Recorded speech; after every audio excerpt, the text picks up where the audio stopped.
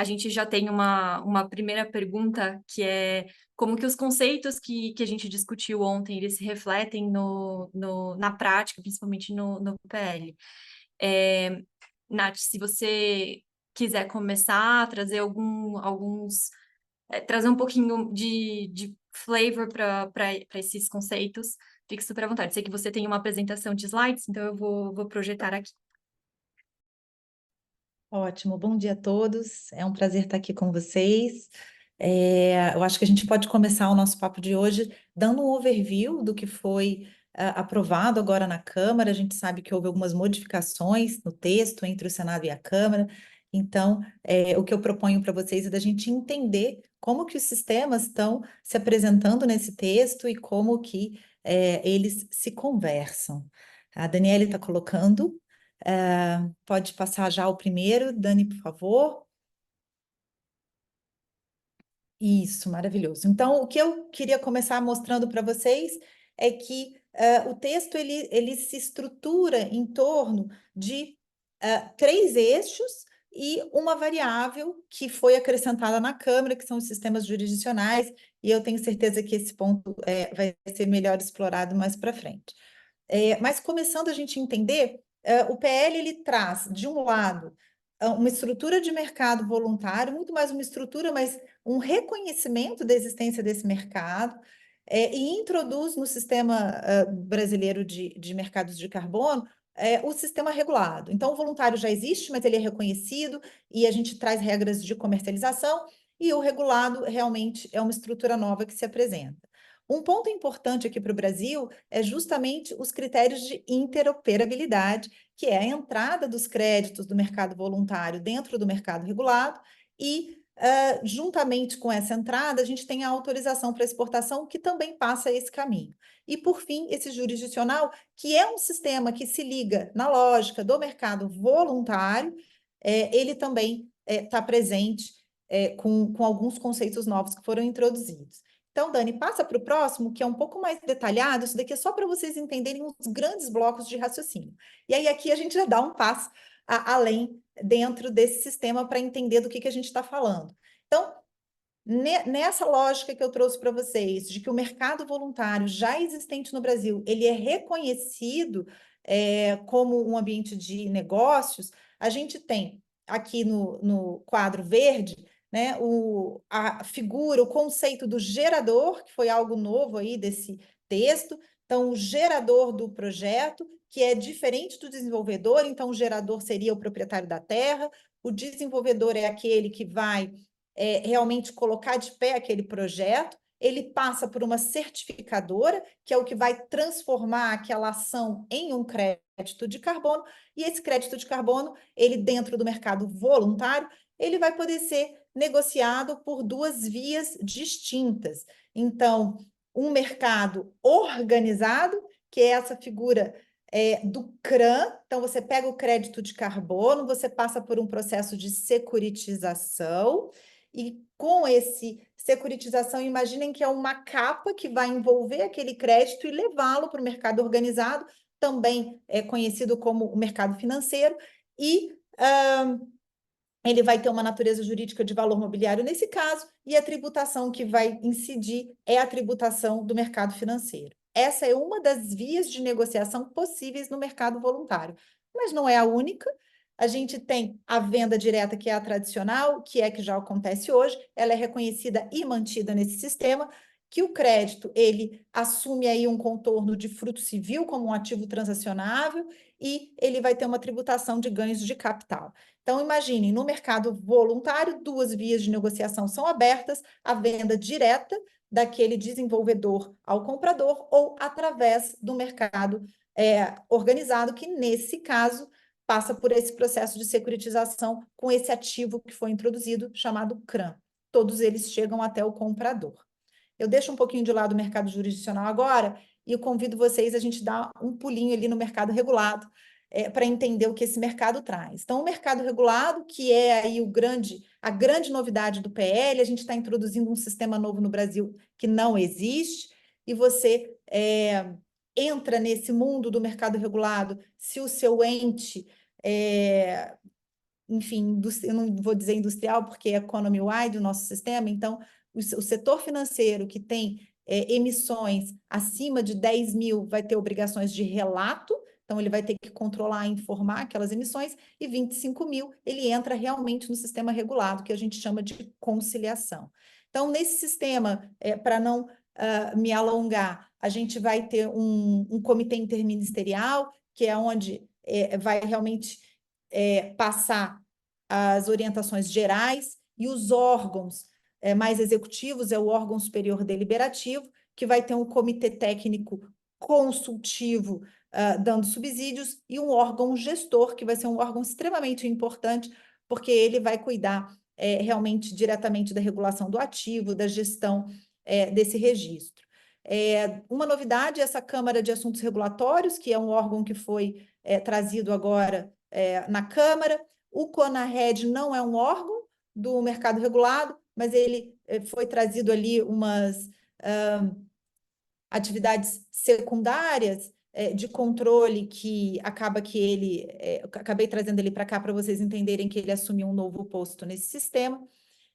E o registro central, e aqui eu gostaria de dar um destaque para vocês, o registro central, ele é um órgão muito importante, eu costumo falar, exagerando um pouquinho, que ele é o coração do mercado regulado, porque ele transforma esse direito de emitir CO2 em ativos, então ele vai ser o órgão que vai alocar essas CRVS, que é o ativo do mercado regulado, então é aquela allowance que a gente chama, é aquele direito de você emitir dentro do mercado, que é o ativo principal do mercado regulado, mas ele também fica responsável por receber esse órgão, esse crédito do mercado voluntário e transformar em CRVE dentro de requisitos e metodologias que ele vai decidir futuramente quais serão autorizadas a fazer essa entrada. É claro que a entrada está sujeita a uma porcentagem para não distorcer o sistema,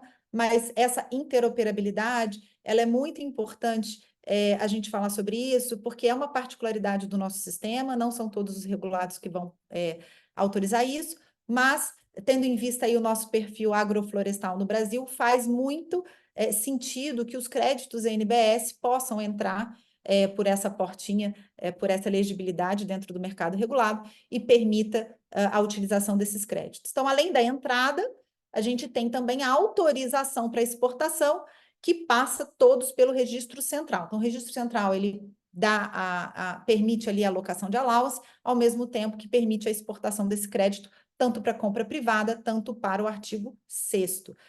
E o nosso mercado regulado também, ele traz regras para a destinação dos recursos que vão ser levantados dentro do mercado regulado e, igualmente, multas, né, regras sobre as multas de descumprimento. Então, gente, dando uma olhada geral, a gente tem o mercado voluntário, o mercado regulado, e esse quadrinho em amarelo que eu trago para vocês é a abordagem jurisdicional que foi introduzida pela Câmara, e só para eu finalizar, Dani, passa o último. O que eu queria deixar para vocês, eu sei que a gente vai poder falar sobre isso mais à frente, mas só introduzir para vocês essa sistemática que foi trazida de um RED mercadológico e de um RED não mercadológico, que foram conceitos que foram trazidos. Então, a gente pode falar sobre isso mais à frente, mas o RED mercadológico, ele engloba não só os projetos estatais, como os privados, e o não mercadológico está mais direcionado a pagamentos por serviços ambientais. Enfim, era isso que eu queria, só para a gente sobrevoar aí muitos assuntos que podem ser melhor detalhados durante a conversa. Muito obrigada. Obrigada, Nath. Voltei aqui a tempo de pegar a tua explanação incrível, como sempre. Acho que hoje é um número reduzido de pessoas que entendem tão profundamente esse histórico e essa distribuição de tudo que está em cima da mesa, então acho que ajudou bastante. Rê, como vocês têm visto, ou seja, depois dessa excelente explanação da Nath, o que vocês estão vendo em cima da mesa? Obrigada, Gabi. Obrigada, ICC. Também, em nome da ICC, eu agradeço a nossa audiência nesses 2 dias. Está sendo muito legal e muito obrigada por todos, também os palestrantes, ou debatedores, conversadores, enfim, né? Que a gente vai, na verdade, fazer uma conversa. Gabi, acho que agora eu vou vestir um pouco o meu papel de advogada, né? Sair do papel que eu mais gosto, que é ser ICC. Mas no ponto do que a gente tem visto, eu acho, em razão desse texto, acho que é interessante trazer algumas reações mais imediatas, e depois a gente pode ir também discutindo os pontos mais detalhados.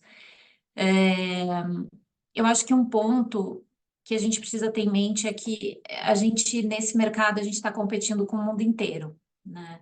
Então, a gente quer receber, a ICC mesmo publicou já estudos sobre as oportunidades para o Brasil, a gente quer receber investimento, a gente precisa de investimento para que os projetos sejam desenvolvidos nos mais diversos biomas. E se a gente complicar muito, a gente torna esse caminho mais difícil. Então, quanto mais a gente se distanciar do que os outros países fazem, quanto mais a gente criar artigos que as pessoas ou não entendem ou têm interpretações diversas, a gente fica mais longe desse caminho de investimento que é o que a gente quer. Então, eu acho que a questão, claro, do jurisdicional é uma grande marca, né, desse novo texto.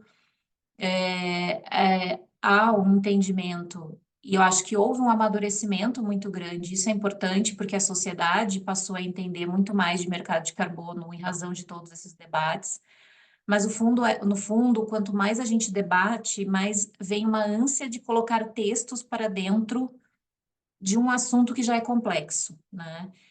Então, acho que um primeiro ponto de preocupação é a complexidade do texto que nós temos hoje, né? A Nath colocou ali sobre os diferentes jurisdicionais, então as disposições em si do PL, elas podem ser interpretadas de formas diferentes, como, por exemplo, a questão da impossibilidade da venda antecipada de créditos pelos estados. Isso é um tema que gera bastante pergunta, porque o que exatamente a gente quer dizer com isso?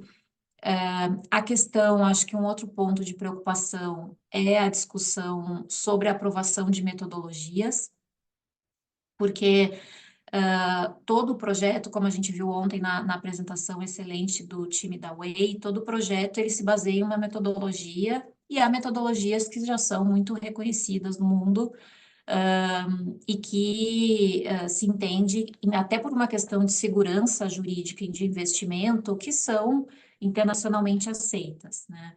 Então, acho que um ponto importante a se considerar aqui é que a gente gostaria de ter alguma diretriz de quais serão as metodologias que vão permitir que os créditos de carbono do mercado voluntário, como a Nath tratou, se tornem CRVs, ou seja, sejam aceitas, CRVs, sejam aceitos no mercado regulado. Essa talvez seja uma pergunta das que mais surge. E nos textos anteriores havia um certo, pelo menos uma pista, né? Então, nós vamos aceitar o que é aceito na UNFCCC, nós vamos aceitar o que era antes MDL, então existia uma certa segurança nisso. E aí eu acho que também a gente pode falar, e acho que lembrar, que quanto mais complexo for o texto, mais os advogados vão trabalhar em termos de litígios. Isso não é bom. Isso a gente quer trabalhar para fazer negócio, né? A gente não quer trabalhar para brigar na justiça. E se nós formos compreendidos num futuro que pode ser próximo, se nós tivermos um texto muito complexo, se a gente for compreendido o Brasil como um país em que tudo isso é litigado, é mais uma casinha que a gente não vai ter um check para receber investimento, né? Lembrando que a gente está como eu falei no início, competindo com todo mundo. E a gente já vê os projetos saindo. A gente já vê outros países que estão na frente nas regulamentações, que estão trazendo mais conforto, recebendo esse investimento, né? Então, acho que acho que para aquecer eu faria esses primeiros comentários, e aí também tenho muita curiosidade para ouvir todos aqui. Eu acho que são excelentes pontos, a questão da segurança jurídica, certamente, e isso, em boa parte, vai vir dependendo de quão a gente estiver próximo ou não do que os benchmarks internacionais têm colocado. E eu acho que até para dar essa visão, aproveitando esse gancho para dar uma visão de o que está sendo feito lá fora, o que tem dado certo. Pedro, vocês dentro da ITA têm acompanhado isso muito de perto, faz muito tempo. Qual é a visão de o que tem, assim, quais são bons exemplos, o que tem dado certo, quais são os caminhos que têm sido seguidos por outros mercados globalmente?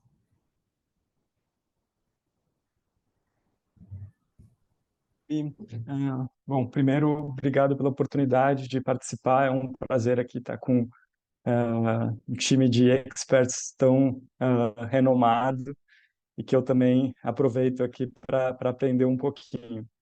Mas falando um pouquinho do lado internacional, né, do lado da IETA e de como que a gente pensa mercado de carbono, como que a gente vê também o sistema brasileiro de comércio de emissões, né? Acho que é muito em cima disso do que a Renata falou. Eu acho que o sistema ele tem que ser simples, ele tem que ser claro, para dar esses sinais de confiança para o mercado, né? Então, mesmo que hoje a gente não considere, talvez, a curto prazo, se engajar,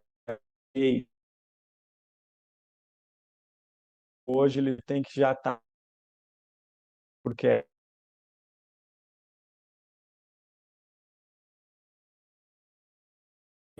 menos retrabalho a gente vai ter lá na frente, né? Então, acho que a ideia é realmente estabelecer sistemas de comércios que são robustos, que sejam justos, que sejam abertos, transparentes, né?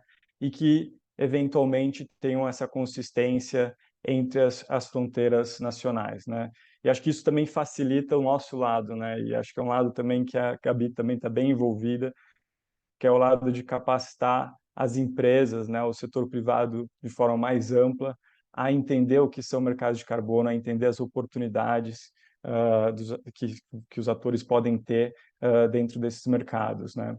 E aí, falando um pouquinho, né, das lições que a gente pode pensar assim de outros sistemas, né, e como que a gente poderia talvez desenvolver um sistema mais eficiente e pular algumas etapas, né? Eu acho que é muito importante esse aspecto, né, de considerar a possibilidade de utilização de compensações dentro do sistema brasileiro, né? Acho que todo mundo sabe que a maior parte das emissões do Brasil elas vêm de setores que não estão relacionados a esses setores que vão ser regulados, e a gente ter um sinal de preço para esses setores é muito importante para que a gente aumente as atividades de mitigações nesses setores, né? Então, assim, de uma forma geral, a gente já tem experiências internacionais de diversos outros países ou regiões que implementaram ou consideraram a utilização de offsets, né? Acho que isso varia em termos do escopo geográfico, do escopo setorial. Então, quais seriam, né, esses offsets que poderiam ser considerados, metodologias, a quantidade de offsets que poderiam ser considerados. Mas tem uma tendência que esses offsets, eles de certa forma, eles sejam offsets domésticos, né? Acho que isso é uma coisa que a gente vê, há uma tendência também do estabelecimento de mecanismos de crédito nacionais, né? E eu acho que aí é importante a gente dar uma esclarecida, né? Porque existem diferentes opções que um país pode seguir, né? E ele pode seguir tanto bebendo da água, né, desses mecanismos de créditos independentes.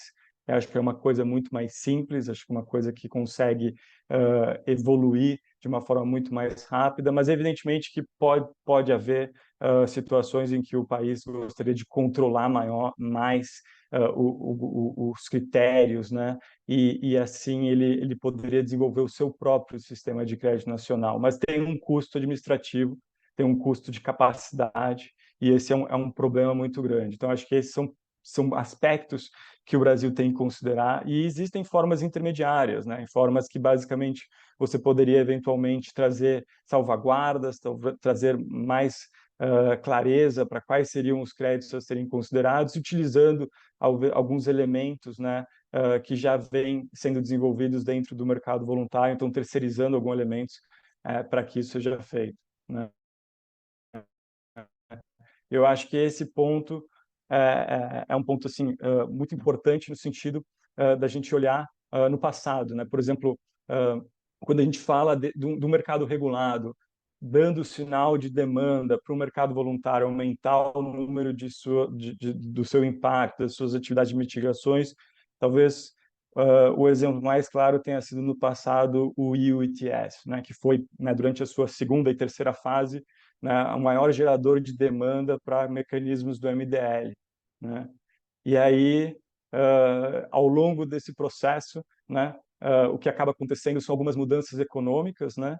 E você tem uma situação em que a atividade econômica diminui e, por isso, de certa forma, você tem um excedente de permissões, e aí com também a possibilidade de usar compensações do MDL, você tem um maior influxo, né, de permissões e compensações no mercado, em que o mecanismo regulado perde o seu propósito de existir, né? O sinal de preço já não é suficiente para você fazer essa transição para uma economia de baixo carbono, né? E aí a reação né, da Comissão Europeia não, então não pode mais mecanismos de compensações, né, dentro do EU ETS, né? Mas agora eles estão com uma nova situação em que, se eles querem de fato atingir os seus compromissos climáticos de net zero, né, evidentemente eles vão ter que considerar a possibilidade de utilizar créditos vindo do mercado eventualmente regulado ou de setores que estão relacionados principalmente com a área de remoções, né? Podem considerar principalmente remoções sendo realizadas na União Europeia, mas eventualmente, se a gente pensar no Acordo de Paris, no alinhamento maior no Acordo de Paris, eventualmente isso vai também se tornar um desafio. Então, assim, acho que a gente pode discutir mais, eu não quero me prolongar, mas acho que esse que é o ponto aqui é realmente importante no sentido de olhar para essas experiências e falar, olha, o Brasil está no momento de regular, de momento de definir a sua legislação, de definir os critérios, tanto de qualidade quanto quantitativos, que podem ser válidos para um sistema regulado, de forma que ele consiga atingir a sua NDC, mas existem dinâmicas globais, dinâmicas econômicas, que elas têm que ser continuamente monitoradas, que elas têm que ter uma grande atenção para que a gente acabe não jogando, né, o bebê com a água do banho junto, né? A gente tem uma coisa que, de certa forma, ela é super importante, ela está no caminho certo, ela não vai ser a bala de prata, mas no final, se a gente errar a mão, a gente pode dar uma sinalização errada que vai causar incerteza para os investidores, incerteza para o mercado. Então, acho que a gente tem que ter muita atenção nesse sentido, e a gente tem diversos exemplos internacionais que a gente pode discutir mais aqui ao longo desse encontro. Mas não vou me prolongar muito, quero escutar também os outros, e a gente pode continuar essa discussão mais para frente. Obrigado, Pedro. A gente certamente vai querer saber mais de benchmarks internacionais. Celso, vou passar para você. O Pedro falou a visão do mercado e se o mercado vai querer investir, apostar no Brasil. Acho que você traz uma visão privilegiada de estamos indo pelo caminho certo, isso tem causado, digamos, ansiedade, dúvidas para o mercado e para efetivamente a gente ter a certeza de que o Brasil, quando se fala de mercado de carbono, vai ser o first stop de empresas e traders, enfim, como vocês têm olhado isso? Com certeza, Gabi. Bom dia a todos. Um grande prazer estar aqui com vocês, com esses panelistas que eu admiro muito. Agradecer o convite, né, do governo britânico, do Ministério do Desenvolvimento, Indústria e Comércio, em especial da excelente equipe da SCC Brasil, em especial da Comissão de Meio Ambiente e Energia, que tem feito um trabalho fantástico de produzir informação, divulgar informação junto com parceiros que fazem um trabalho incrível, como a Way Carbon. Então, é muito bom estar aqui com vocês, fazer parte desse debate. Eu acho que depois dessas três falas aí, a barra está bem alta, então eu vou tentar me esforçar um pouquinho para não passar muito embaixo dela, mas eu acho que tem vários pontos que foram tocados aí que são bem críticos, né? Eu vou tentar trazer alguns deles, explorar um pouquinho mais. Eu acho que a Mercury é uma empresa que decidiu já há um tempo investir, né, nesse mercado, né? E hoje a gente atua em praticamente todos os mercados regulados globais de carbono e também no grande mercado voluntário. E o Brasil criar o seu próprio mercado, né, o seu próprio ETS, o seu próprio mercado regulado, ele é visto com bastante ansiedade, né? Eu acho que é indiscutível e todo mundo conhece e já ouviu falar disso muitas vezes, né? Que é um país com potencial extraordinário nos principais vetores de descarbonização, que é a floresta e a energia. Então, existe uma ansiedade, uma curiosidade muito grande para ver para que lado isso vai se desenvolver. Então, essa é a percepção assim imediata, inicial, né, com relação a como o Brasil vem se desenvolvendo e como essa discussão vem ganhando corpo, né, vem tomando forma. Eu acho que tem algumas coisas que foram ditas, em especial um tópico que a Renata trouxe, que eu queria estressar um pouquinho, e aqui trazer a perspectiva de alguém que investe, né, que vai colocar recurso, e muitas vezes recurso do risco, né, recurso que pode ou não trazer retorno. Com relação à forma como o dispositivo legal é criado, estabelecido e tem longevidade, né? Um texto simplificado, um texto mais simples, mais objetivo, mais claro, ele é muito importante, né? O que a Renata colocou é crítico, né? A complexidade é sinônimo de múltiplas interpretações, acho que quase sempre. Eu não sou advogado, mas eu já trabalhei muito com assuntos regulatórios e eu lembro muito bem de que a complexidade sempre gerava divergências de interpretações. E divergências de interpretações nada mais é do que judicialização. Então, a gente corre o risco, né, ao criar algo um tanto complexo, de dar margem e fomentar, de certa forma, essa judicialização que a Renata comentou. E o Brasil, a gente está esperando, né, há tanto tempo, e vem trabalhando nisso há tanto tempo, e tem um potencial tão grande que seria muito triste, né, a gente ver um mercado, um potencial como esse, esbarrando em questões legais, esbarrando em dificuldades que não precisariam ocorrer por conta de as complexidades excessivas que estão hoje num texto que eu considero que pode ser simplificado, um texto que traz avanços incríveis, né? Eles trazem praticamente todos os pontos que precisam ser endereçados estão lá, né? Isso é uma coisa muito interessante, mas existe uma complexidade que, na nossa opinião, pode ser melhorada, digamos assim. E tem um outro ponto, né? Quando a gente considera evolução do marco regulatório, é muito mais rápido e objetivo que algumas minúcias, alguns detalhes sejam executados, sejam aprimorados no infralegal, né? Depois da legislação. Não quer dizer que a legislação não precise ser completa, mas ela tem que ser completa, abrangente e tem que dar espaço para que essas melhorias aconteçam no infralegal, né? É muito mais rápido, muito mais objetivo e, obviamente, sempre que necessário, a participação do legislativo vai acontecer.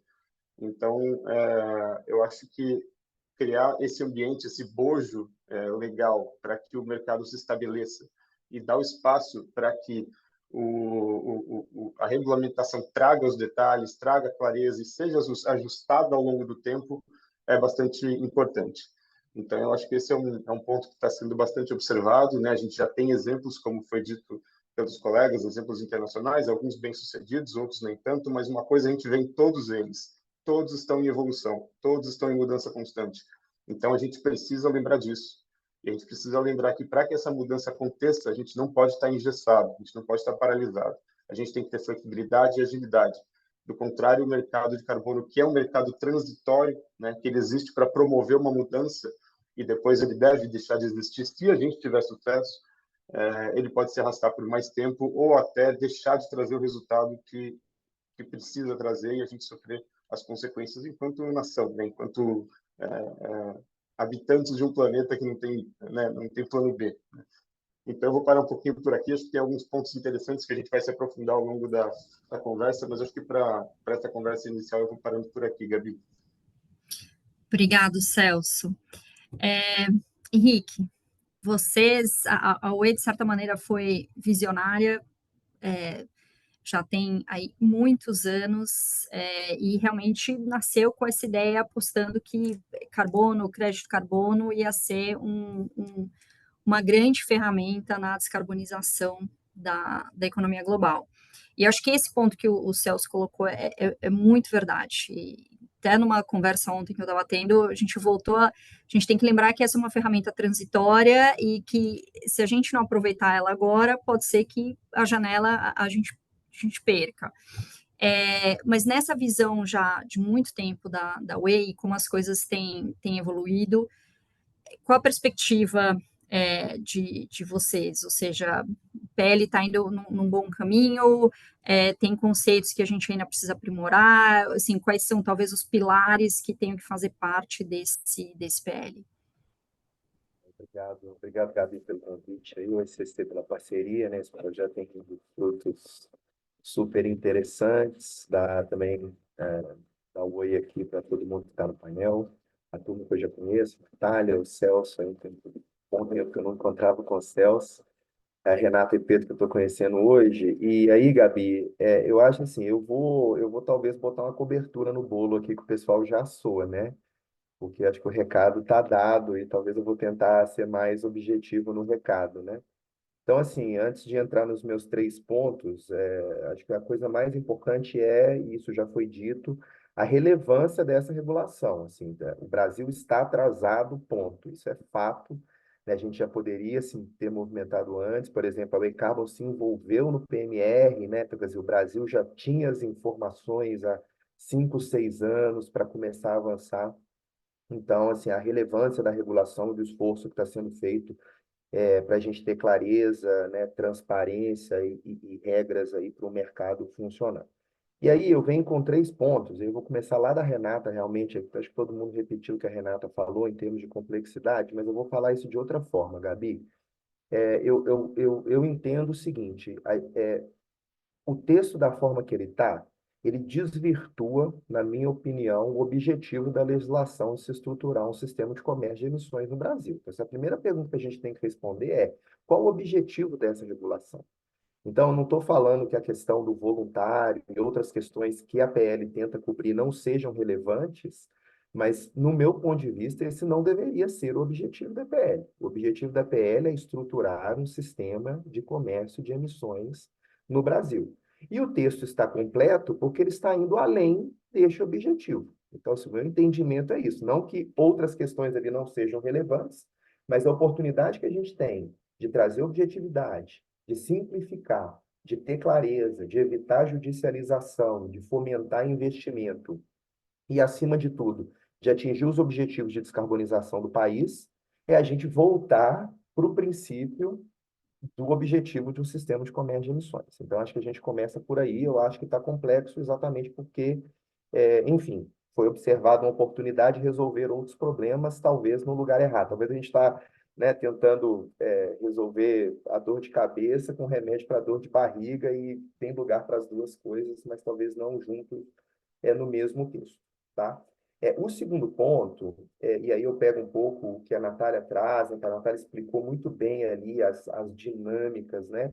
E o Pedro deu um recado muito claro sobre as evoluções, por exemplo, que a gente tem de experiências internacionais. É o seguinte, a gente, mais do que transitório, e é fato que o instrumento deve ser transitório, eu concordo 100% com o Celso, o instrumento ele é dinâmico. E ele é dinâmico porque a meta evolui, a cobertura evolui, o plano de alocações evolui e a estratégia para atingir reduções de emissão custo-efetiva precisa evoluir. Então, a experiência que o Pedro traz da União Europeia é uma experiência de aprendizado e evolução para atingir um objetivo. Eu volto para o meu ponto, qual que é o objetivo, né? Então, assim, quando a gente fala de questões operacionais e da governança do mercado, a gente precisa entender desse dinamismo e como que um sistema traz a segurança para o investimento e para o funcionamento, garantindo essa operação dinâmica, e aí basicamente eu estou falando, né, a PL fala de banking e borrowing, né, que é o termo em inglês, né, por exemplo, quando a PL fala que a gente pode carregar uma redução de emissão para um outro período, isso tem a ver com operação. A gente precisa depois, né, na regulamentação dessa lei, ter as metas bem definidas, né, o plano de alocação, que é fundamental, né? Então, quais setores fazem parte do sistema? Quais setores terão compromissos de redução? Como que esses compromissos são distribuídos entre os setores? quais são os cronogramas, as agendas, os time frames para esses objetivos serem cumpridos, né? As agendas de leilões, né? A gente começa, no inglês a gente chama de grandfathering, né? A gente começa com a distribuição gratuita das permissões, mas a PL também deixa claro que a gente evolui para uma sessão onerosa por leilões, que é como funciona na Europa, né? E é a tendência, né? Tem gente que acha que em mercado de carbono não tem arrecadação, o governo vai arrecadar, porque a gente está falando de um ativo que é uma permissão para emissão. Então, a gente precisa entender esse dinamismo, e isso tem que ser claro, porque é isso que gera demanda, né? O que cria o mercado? O que cria mercado é a demanda. O que dá sinal de preço? É a demanda. A meta é importante, porque a meta é a variável mais importante para a gente ter clareza de demanda e para a gente começar a entender sinais de preço, tá? E aí, gente, enfim, depois a gente pode falar mais sobre isso, né? Qual que é a característica desses setores que provavelmente serão regulados, né? São todos muito capital intensivos, a gente precisa entender de algumas questões. E o terceiro ponto, que eu acho que depois a gente vai conversar mais sobre isso, mas para já talvez fazer uma abertura, são assim, as questões técnicas que estão na PL, as sobreposições que existem na PL já, que eu acho que isso tudo ficar claro, assim, a PL está regulando coisa que é meio óbvia, que eu não sei para que elas estão ali, né? E essa questão do uso de offsets, tá? Então, assim, o uso de offsets tem uma extensa parte do texto, né, que está voltado para uso de offsets, para uso de créditos. A gente começa a falar de rede jurisdicional, tá, todos esses conceitos sobre rede, né? E assim, é uma agenda que eu trabalho há muito tempo, estou envolvido agora com rede jurisdicional, então eu quero também contribuir um pouco com esse entendimento. Mas, assim, de novo, o que isso está fazendo ali neste momento? Eu acho a discussão que cabe, né? Assim, o mercado vai ou não vai aceitar offsets? Quer dizer, o mercado vai ou não vai aceitar reduções de fora do mercado, né? Externas ao mercado. E só reduções brasileiras, como o Pedro trouxe, ou reduções também estrangeiras, né? E o lugar dessa discussão está é nesse texto, ou é no plano de alocações, ou é num eventual, né, regulamentação desse projeto de lei. Então, assim, acho que a gente também entender essas questões técnicas, as eventuais sobreposições, a gente tem a oportunidade de simplificar o texto também, falar o que cabe nesse momento, quando a gente pensa no instrumento, né, para precificar carbono e para criar um mercado regulado no país. Tá? Então, assim, eu queria só fazer a abertura, talvez tentando amarrar aqui, e devolvo para você, Gabi. Obrigado. Obrigada, Henrique. Eu anotei vários pontos aqui, que certamente depois a gente vai voltar. E eu vou pedir uma licença aqui, eu vou inverter, na verdade, a pergunta. Eu só estou de olho no horário, eu sei que a Rê, infelizmente, às 11 horas, terá que nos deixar. Não precisa, Rê? Ah, então vamos contar com você mais tempo. Então, perfeito. Então, eu vou pegar esse último gancho do Henrique, questão de offsets. E, obviamente, isso é algo que, justamente no projeto do UK Pact com o MIDIC, a gente tem olhado, essa complementariedade, ou seja, como você monta uma estrutura que possa potencializar o potencial que créditos de carbono podem ter no Brasil. E aí, talvez, entrando numa parte muito específica, mas que elementos da aceitação de offsets precisarão ser definidos após a aprovação do PL? E depois a gente vai entrar, talvez, definições adicionais ou que pontos a gente vai querer mais clareza no PL. Mas, já pegando esse gancho, em termos de offset, pós-PL, o que precisaria ser definido? E essa é uma discussão extremamente relevante e muito difícil. Então, Rê, não sei se você quer já trazer a tua visão. Obrigada, Gabi. Desculpa, eu realmente eu acabei esquecendo de avisar que eu posso ficar. O que eu tenho visto, né? Eu acho que a sinalização de que essa interoperabilidade, que só a Nath consegue falar isso rápido, porque ela já falou isso 500 vezes, eu uso interconexão para ficar mais fácil, que a interoperabilidade ela vai ser possível. Eu acho que isso tem sido um ponto importante, positivo. Assim, quando a gente conversa, né, sobre o que esperar do futuro da regulação no Brasil, acho que a existência dessa determinação na lei, ela é um ponto positivo, porque ela já traz uma sinalização de segurança de que há um incentivo, né, uma expectativa de que o mercado voluntário continue pujante e que isso traga ainda mais, que a existência do regulado traga ainda mais incentivos.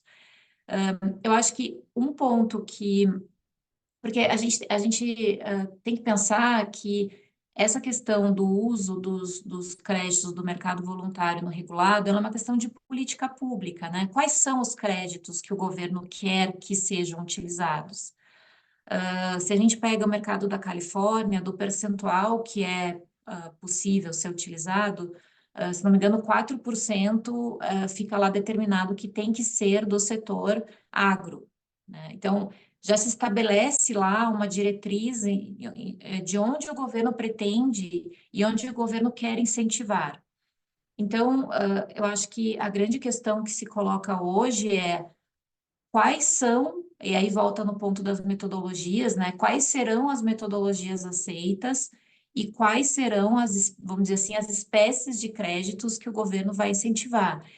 E aí vem uma pergunta que é a pergunta que está no colo, acho, hoje, de muita gente, porque o tal do ajuste correspondente, ou seja, aquela autorização de exportação, né, do crédito, em que se faz uma contabilidade, ele só vai ser possível para esses créditos aceitos dentro do sistema, né? Então, no fundo, quando o governo vai estabelecer quais são as metodologias, os percentuais, ele também vai, de certa forma, estar atuando muito claramente em dizer quais são os créditos que efetivamente, que daí não serão mais créditos, né, serão as CRVs, que serão efetivamente objeto de possibilidade de exportação. Então, eu acho que, e isso, eu acho que só fazendo um ponto adicional à questão de complexidade, de insegurança jurídica, que a gente tem visto na prática quanto mais eu tenho uma situação indefinida, que é o que a gente tem hoje, ou quanto mais complexa ela se torne, mais os contratos de compra e venda de créditos ou investimentos, financiamentos em geral, se tornarão pesados para os desenvolvedores de projeto no Brasil. Porque toda a segurança jurídica que eu não tenho na legislação, eu, como comprador, coloco nas costas do desenvolvedor de projeto. Então, eu peço que ele garanta a entrega, que ele garanta ajuste correspondente, e isso começa a inviabilizar ou tornar muito difícil essa atividade, né? Então, e aí eu acho que volta talvez para um último ponto dentro dessa questão específica, que é nem tudo precisa estar no PL, né? E aí eu pego o ponto do Henrique, que tem muita coisa que já pode ser estabelecida por decreto, regulamentando a nossa política nacional de mudança do clima. Então, não vamos esquecer que a gente tem outros instrumentos para já fazer andar. Fazer andar o quê? Registros, ajuste correspondente, outras questões que não estão necessariamente relacionadas à implementação de um mercado regulado, né? E porque a implementação em si do mercado regulado, ela não depende só da aprovação da lei, né? Ela está sendo calculada para pelo menos 6 anos a partir de agora. Então, vamos agilizar o que é possível, e aí concordo com o Henrique, trazer para dentro do PL o que eu acho que a gente não vai mais conseguir sair da discussão de ter questões do voluntário tratadas dentro do PL. Eu acho que esse ponto a gente meio que já entendeu o que vai acontecer, mas o que nós podemos acelerar, né? O que a gente pode eventualmente já passar para uma dinâmica de ter uma regulamentação e aquilo fluir em benefício do comércio internacional e do investimento, né? Obrigado, Rê. E já fazendo aqui uma conexão, então, se essa visão, né, se já é meio que fato dado de que essa conversa de offset com regulado vai ter que existir, talvez pular só um pouco para a visão global. Pedro, existem hoje boas lições aprendidas, exemplos de outros sistemas regulados para a integração de offset, ainda é um desafio para todo mundo, não tem uma receita muito dada aqui. Como vocês têm acompanhado isso?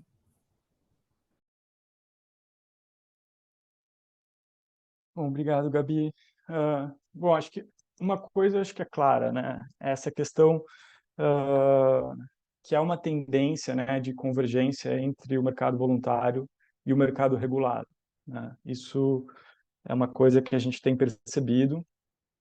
Assim, acho que de uma forma geral, para a gente atingir o Acordo de Paris, a gente tem que atingir o net zero, né, em torno de 2050. A gente tem 3 áreas críticas aí para conseguir atingir isso de fato, né, que é a descarbonização do setor privado, prevenir desmatamento e expandir remoções, né? O problema é que essas ações ainda e a velocidade que elas estão acontecendo estão muito aquém da escala que a gente precisaria.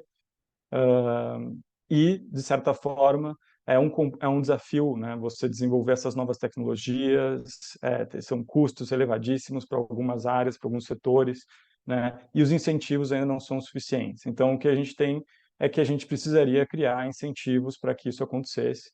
É claro que o mercado de carbono, como eu já falei, ele não é uma bala de prata, mas ele é um poderoso incentivo se for bem formulado, inclusive se a gente conseguir agregar esses 2 pontos, que é o mercado voluntário interagindo com o mercado regulado, né? E aí o porquê que a gente vê isso como uma tendência, né? Porque no final, quando você, né, coloca para dentro essa possibilidade de mercado voluntário ser considerado para um mercado regulado, você aumenta a competição, né, entre aqueles atores que têm interesse em comprar créditos no mercado voluntário, você aumenta o preço no mercado voluntário e você aumenta o interesse em promover mais projetos de mitigação, né? Você tem também uma maior convergência em termos de qualidade, porque uma vez que você está colocando o mercado voluntário para dentro de um mecanismo regulado, você tem a necessidade também de garantir que aquilo ali esteja consistente entre, né, as diferentes regulações, e isso faz com que o capital flua de forma mais intensa para a ação climática, né? Um outro ponto, né, é que acaba que o mercado voluntário ele tem um outro lado, né? Ele também serve como referência para o mercado regulado. Então, hoje você tem um conjunto de desenvolvidas para aumentar dos créditos.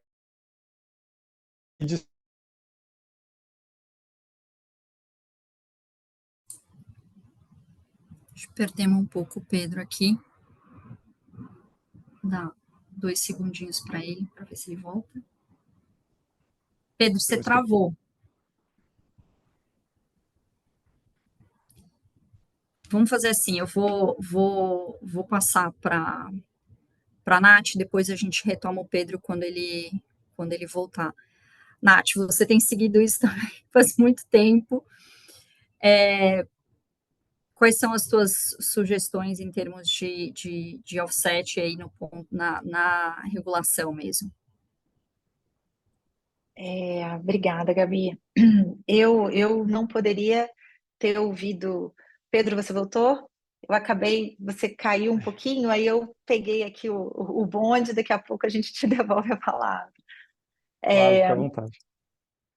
Eu não poderia ter ouvido a fala da Renata com mais prazer, porque eu concordo com ela integralmente, ela trouxe conceitos muito interessantes, e eu queria destacar com vocês, primeiro fazer coro a algo que já foi trazido, dessa certa confusão de conceitos que o texto apresenta hoje, e só lembrar que além do risco jurídico que é real, a falta de segurança jurídica, a gente tem que lembrar que menor o risco, maior o valor do ativo. Então, a gente também corre o risco de desvalorização do ativo nacional se persistirem algumas inconsistências que a gente tem condição de eliminar aí durante o processo. E sobre essas inconsistências, e falando de interoperabilidade, tem 2 pontos que eu queria trazer para vocês. Um da prática, né, das questões práticas do sistema, e um da lógica. O que está por trás da lógica que foi construída? Então, no prático, a gente tem ali que, ao estabelecer a entrada dos créditos de exportação pelo mesmo sistema de entrada de offsets, misturou-se as ideias de que só os créditos de exportação, você limitou que os créditos de exportação passem por esse limite que foi imposto corretamente à entrada dos créditos de voluntário no mercado regulado. Então, quando você junta dois conceitos distintos com finalidades distintas pelo mesmo canal, você traz uma confusão e um limite desnecessário. Então, é claro que um limite de porcentagem, quando se fala desses créditos dessa entrada no mercado regulado, gira em torno de 15%, 20%, que foi o que o estudo do PNR trouxe. Então, a gente sempre que fala de uma maneira mais livre, isso não foi estabelecido ainda, a gente está pensando ali em 15%, 20%. Então, você, como a Renata destacou, você traz que a exportação do crédito também fica limitada a essa porcentagem. O que seria impensável dentro de um sistema no Brasil de soluções baseadas na natureza, que é capital intensivo e que você atrai financiamento através da exportação dos créditos. Então, é muito importante que aqui, quando a gente fale dessa interação, a gente tenha claro que uma coisa é o sistema, né, de entrada dos créditos vindo do mercado voluntário para o mercado regulado, que abre oportunidades e que ajuda a equalizar o mercado, estimula o mercado voluntário, é válido e é muito interessante para um país como o nosso. Por outro lado, você colar a exportação de créditos a esse sistema, você cria um limite que não é, enfim, não é o interesse do mercado voluntário ver os seus créditos limitados por esse mesmo sistema, e desnecessário. Quando a gente falava de Kyoto, a questão de exportação de créditos ficava com a autoridade nacionalmente determinada, e isso não passava dentro de um sistema de mercado regulado. Então, vamos ter claro que talvez seja interessante um ponto a ser revisto, que a gente separe os créditos de exportação com ajuste correspondente, né? Vamos deixar claro que a gente está falando aqui de um sistema que vai levar ao ajuste correspondente. Mas é a tendência do mercado internacional. Alguns podem argumentar, mas vocês podem exportar créditos de carbono sem precisar passar. Mas o ponto não é esse. Quando a gente vê as regras internacionais atualmente, que estão cada vez mais pedindo esse ajuste correspondente, faz sentido que o Brasil possa aplicar esse sistema de ajustes correspondentes de forma separada do mercado regulado, que são objetivos completamente distintos. Isso é um ponto crítico, pessoal, que eu acho que não foi falado o suficiente ainda e tem espaço aí de melhoria importante para a saúde do mercado. E um outro ponto, que eu até já andei passando os olhos um pouquinho ali no chat, e alguma pessoa trouxe a palavra do viés arrecadatório aí do PL. Então, por que isso está ligado com a interoperabilidade? Vamos lá. É verdade que dentro do PL a gente não trouxe vantagens tributárias. O que a gente tem ali, tanto no mercado organizado quanto no mercado voluntário, são as regras do jogo normais. Então, não foi trazido nenhum incentivo ao estabelecimento dessa indústria, o que pode levar à argumentação de um PL de viés arrecadatório. No entanto, quando essa interoperabilidade ela trouxe limites ao uso de créditos de RED dentro do mercado regulado, e, ao mesmo tempo, abriu uma linha no BNDES, favorecendo toda a parte de créditos que vem de remoção, e você abre essa porcentagem para créditos vindos de restauro florestal, favorecendo a entrada, claramente o sistema, quando você olha o PL sozinho, talvez você não consiga identificar isso, mas quando você olha o sistema que ele está inserido, o que foi, talvez, o que pode ter sido oferecido aí? Um incentivo à criação de um mercado de restauro e um crédito vindo de créditos agroflorestais de restauro e não um crédito de preservação. Então, isso daí pode compensar a falta de incentivos dentro do PL, mas trazendo outros incentivos adjacentes que poderiam estimular esse mercado. Então, isso é uma interpretação que eu estou tendo aqui com vocês, mas isso tudo está ligado há um sistema de interoperabilidade que está sendo aprimorado e está sendo discutido ainda. Então, isso não foi totalmente finalizado, mas são elementos que vêm juntando camadas de complexidade a essa discussão e que valem a pena ser discutidos. É isso.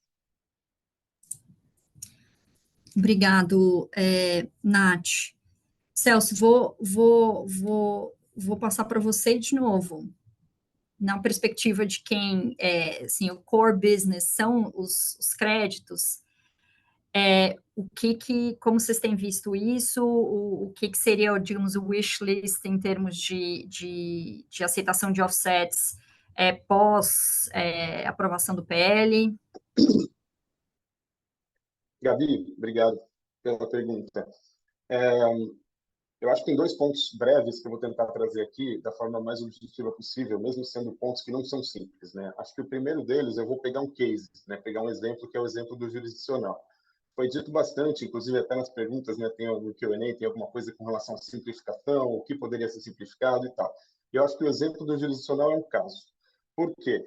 Eu te confesso que me pegou um pouco de surpresa a proporção e o tamanho da discussão que tornou, né, que se transformou essa questão do jurisdicional, do jurisdicional versus o privado, uma coisa poderia interferir na outra, da apropriação de créditos, qual que é o papel de um, qual que é o papel de outro. Isso me surpreendeu bastante, para ser sincero, por um simples motivo. Existe conflito entre um projeto de crédito de carbono jurisdicional de um Estado, por exemplo, e um projeto privado? Não. Não existe conflito. Eu vou tentar explicar de uma forma bem objetiva. Essa resposta pode ser longa, mas de uma forma bem objetiva. Primeiro, é premissa básica de qualquer standard ou certificadora, chame como quiser, evitar ou não deixar que aconteça a dupla contagem.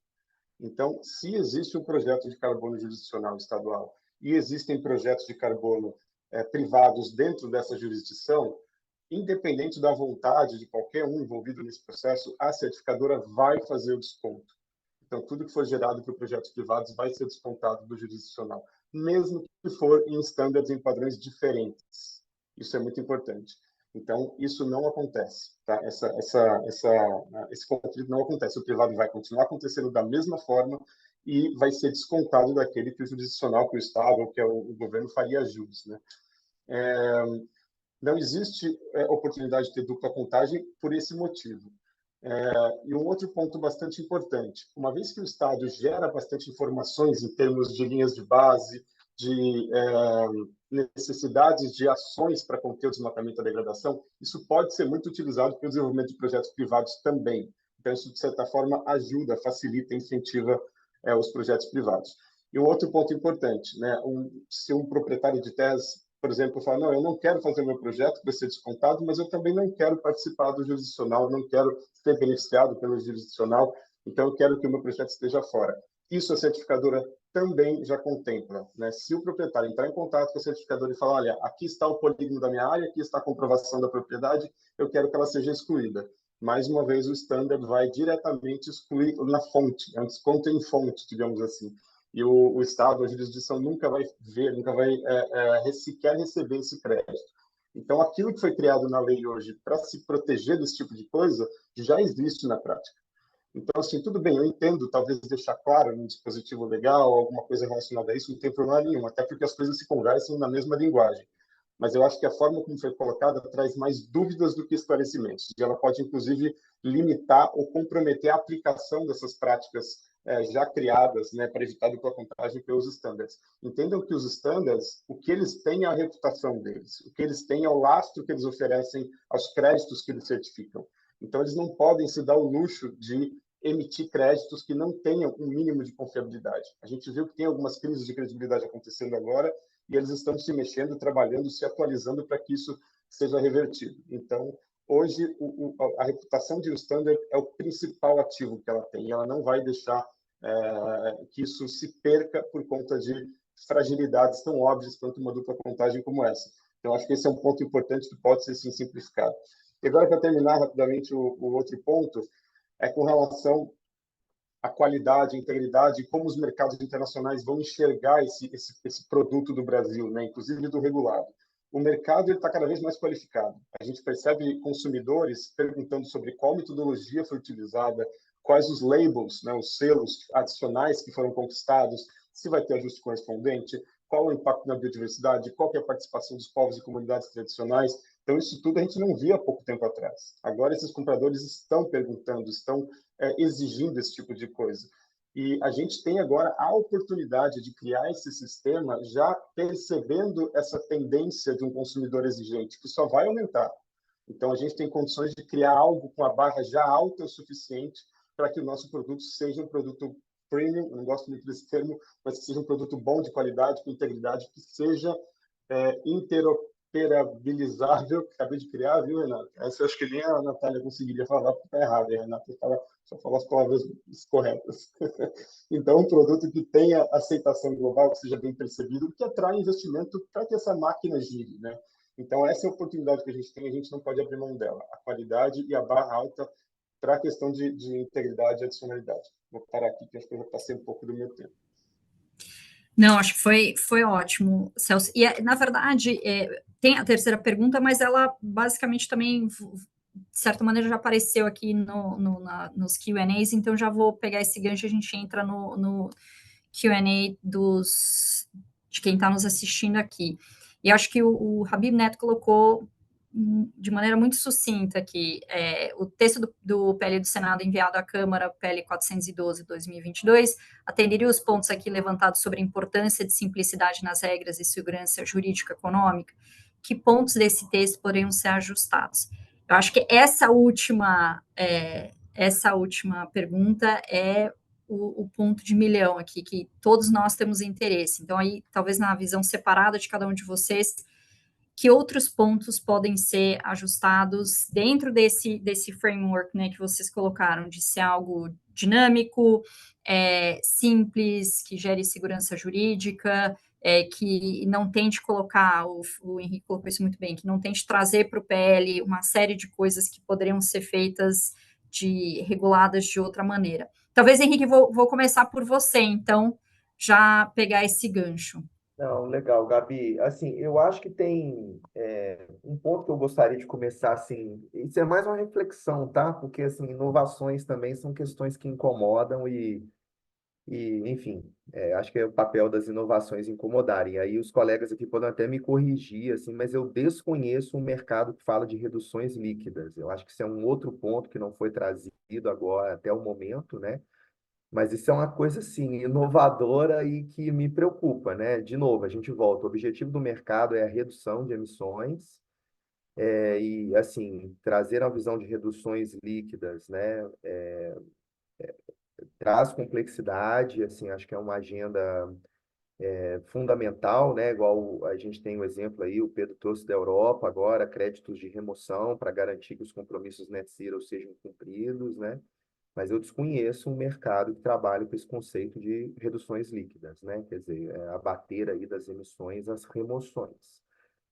Então, acho que esse é um ponto de atenção, que também cabe uma discussão, porque isso pode trazer, tecnicamente é mais complexo, né? Assim, as tecnologias de remoção, sejam tecnologias aí baseadas na natureza, sejam tecnologias de engenharia, sejam tecnologias de agricultura, elas ainda precisam, né, de mais clareza, né? E existe maior risco de reversão, né, vis-à-vis uma redução de emissão permanente, por exemplo, na indústria, quando você faz uma substituição de combustíveis, né, quando você substitui algum tipo de ativo. Então, acho que esse é um ponto também a ser pensado, né? E de maneira geral, assim, a minha recomendação é essa. Eu acho que o texto original, obviamente, ele tem oportunidade de melhoria, né? Mas eu acho que o texto original ele tinha uma visão mais focada no que de fato é o objetivo de um sistema de comércio de emissões. Eu acho que esse esforço aí de incluir ou de tentar cobrir algumas transações de voluntário, né, que estão confundindo de fato, né? A pergunta importante é a pergunta que você fez para os colegas, né? Como é que a gente vai trabalhar com sets dentro do mercado? E eu sempre volto, assim, eu gosto muito da experiência europeia, Gabi, porque, de novo, assim, essa é uma regulação, está todo mundo preocupado com a letra, está todo mundo preocupado com a forma, e devemos estar preocupados com a letra, preocupados com a forma. Mas a pergunta, de fato, a ser respondida é assim, qual objetivo a gente quer atingir no curto prazo? Assim, se você pega o histórico europeu, né, como o ETS europeu começou, era muito claro que a Europa queria reduzir o consumo de carvão em térmicas. Assim. Então, a cobertura do mercado, a alocação, o tipo de incentivo que foi criado, então, quer dizer, como o mercado financeiro evoluiu, né, para que hedging de carbono, hedging de preço de energia, como é que esses mercados também pudessem ser criados para fomentar os investimentos adequados.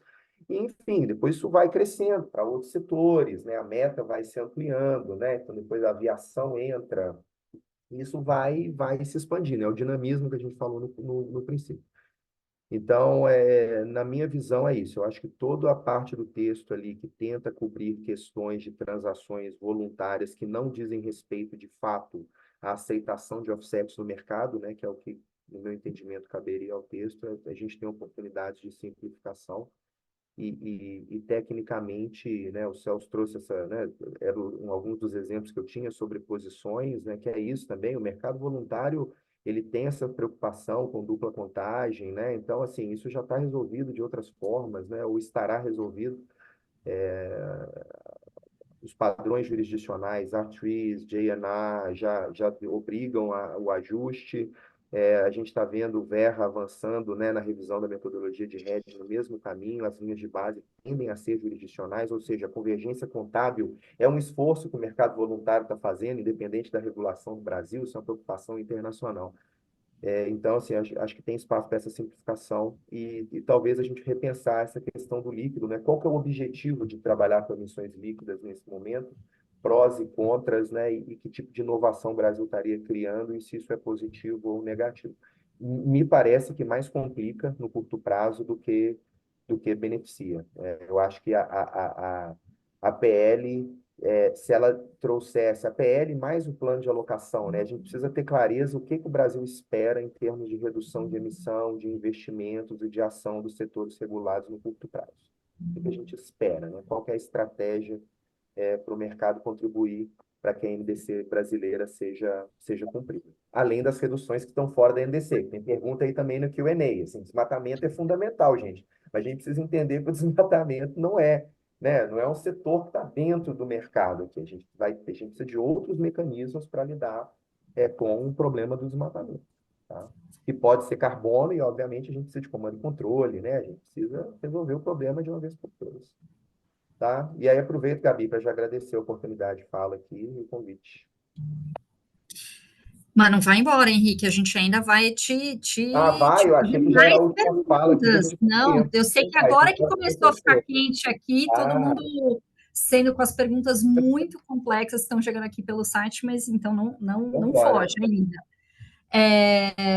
Rê, a gente tem, dentro desse CC, obviamente, acompanhado muito o PL. Eu sei que você, dentro da tua prática de advogada, também, nessa wishlist, como a gente pode simplificar? O que você, ou reforçaria o que o Henrique colocou, ou adicionaria aí de vamos ser muito sucintos aqui e bem targeted nesse texto? Eu acho, Gabi, talvez, acho que 2 pontos que trazem muita preocupação no dia a dia, né, de quem está lidando com esses projetos sob aspecto mais jurídico. Um é a questão de como lidar com os povos indígenas e comunidades tradicionais.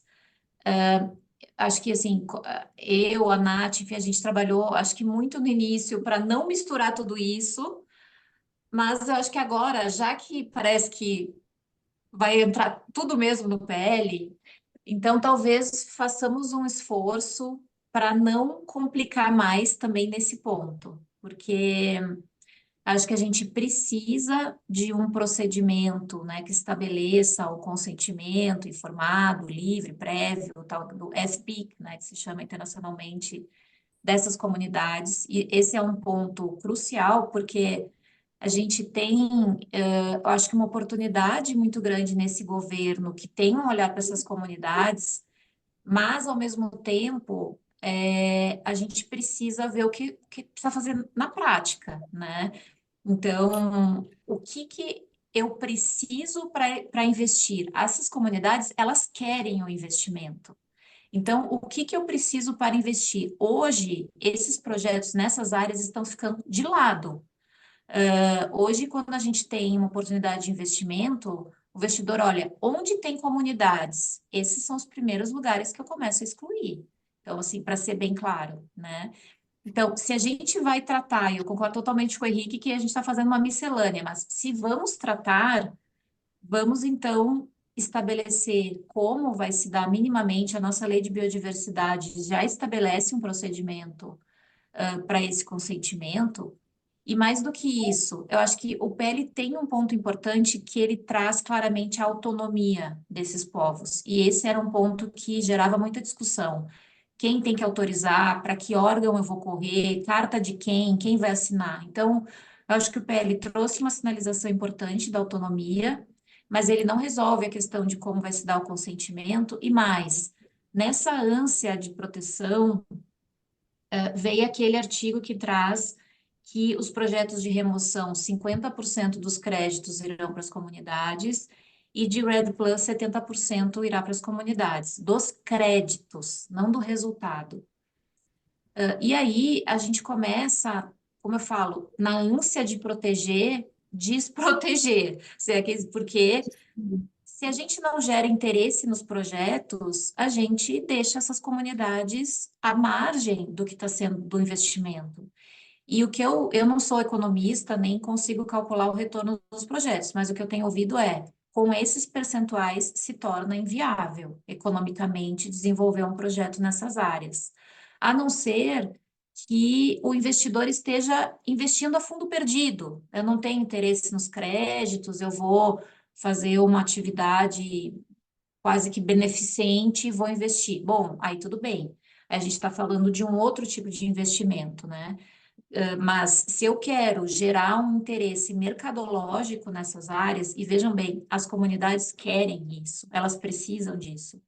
Então, eu preciso ter uma dinâmica que não seja só ultra protetiva, porque senão se eu só... Eu tenho uma ideia de proteger, mas na verdade eu estou excluindo, criando mecanismos que não vão funcionar na prática, né? E aí eu queria, acho que retomar o ponto da Nath sobre ajuste correspondente, que eu acho que normalmente nessas conversas a gente tem níveis diferentes de conhecimento, acho que só para ficar claro, né, para todo mundo. O ajuste correspondente hoje ele é muito demandado no mercado porque as empresas têm muito receio de greenwashing. Então, os compradores dos créditos, eles falam, tudo bem, eu poderia comprar um crédito voluntário sem ajuste correspondente, ou seja, sem a garantia de que o país do host country, né, o país onde o projeto é desenvolvido, esse país não vai contabilizar esse crédito. Eu poderia, em tese, poderia, mas hoje o que a gente vê nos contratos são os compradores dizendo que querem ajuste correspondente porque eles não querem que amanhã eles estejam lá nos Estados Unidos informando que compensaram as suas emissões e alguém venha dizer que o Brasil está usando aquela mesma tonelada de carbono equivalente na sua NDC. Então, esse é um ponto muito importante, porque acho que como o Celso falou, vamos fazer o que o mercado quer hoje, né? Se a gente já sabe o que o mercado quer, porque eu acho que tem muito esse diálogo, esse discurso de a União Europeia levou 10 anos, 12 anos, a Califórnia levou 8. Tudo bem, mas eles percorreram um caminho que a gente pode aprender com esse caminho e já fazer algo que enderece os pontos do mercado e não tentar reinventar a roda, né? Então, quando a gente fala, por exemplo, dessa questão do ajuste correspondente, que eventualmente nem precisa estar lá, como a Nath falou, combinando um registro para várias funções que, na verdade, não necessariamente precisam estar na mesma caixinha, a gente está falando, bom, vamos resolver o que o mercado quer, né? Vamos já aprender e ter um instrumento nesse sentido. Então, eu só queria, Gabi, acho que trazer essa questão das comunidades, dos povos indígenas, comunidades tradicionais, porque eu acho que é o coração do nosso problema, né? Nós vamos enfrentar esse dilema em grande parte dos biomas, em especial nas áreas mais sensíveis, e hoje a gente não tem um cenário, aliás, a gente está bem longe, inclusive com esse PL, de um cenário pró-investimento nessas áreas, né? Acho que 2 pontos importantíssimos, e no fim se a lógica econômica também não tiver presente, no fundo, como é que você atrai o capital, os investidores, você acaba tirando essa oportunidade de geração de receitas e desenvolvimento social também. Então, ele tem que ser equilibrado. Eu acho que é um ponto que a gente não pode esquecer. Nath, eu vou passar para você e eu vou fazer um ponto agregado aqui. Tem várias perguntas depois, só para deixar todos tranquilos que a gente vai coletar, enfim, vão servir de insumos para a gente também pensar e trazer nessa discussão com o MIDIC. Mas tem uma pergunta aqui que vou adicionar nesse do wishlist do PL, que é qual é governança, ou seja, o PL do jeito que está, traz uma estrutura de governança boa, com transparência, enfim, é isso ou não, a gente pode também ajustar, então trazer esse adicional aqui. Ok, vamos lá.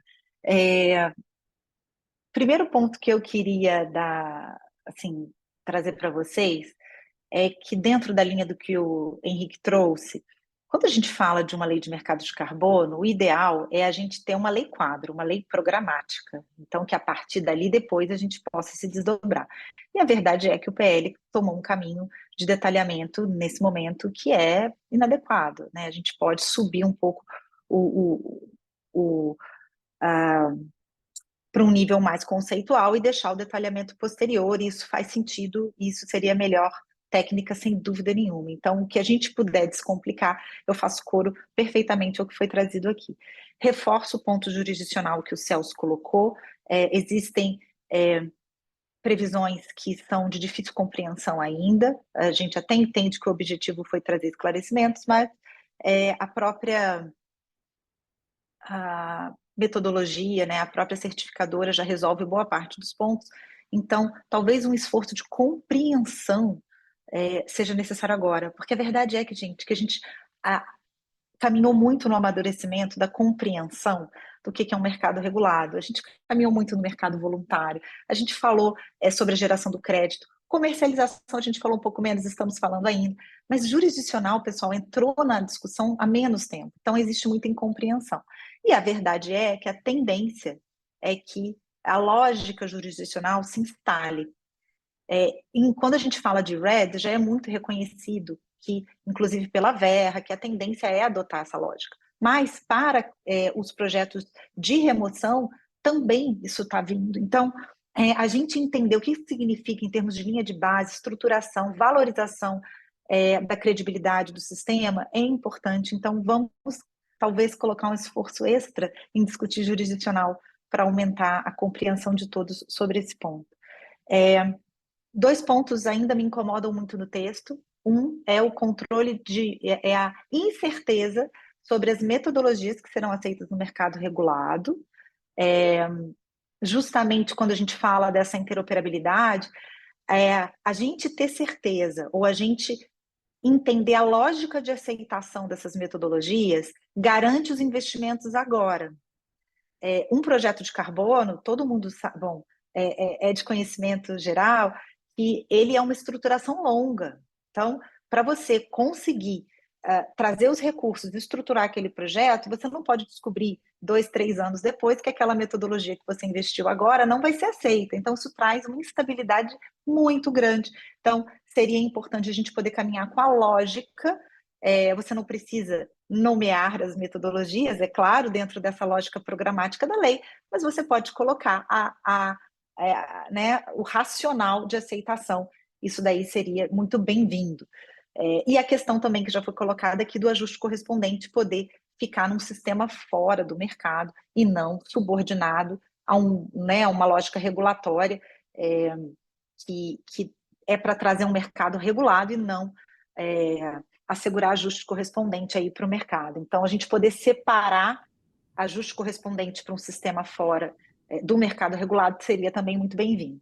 Por fim, a Gabi trouxe essa questão da governabilidade, da governança, eu inventando aí, gente, palavras, da governança, e a gente tem um sistema no mercado regulado que se propôs a ter diferentes níveis de responsabilidade, né?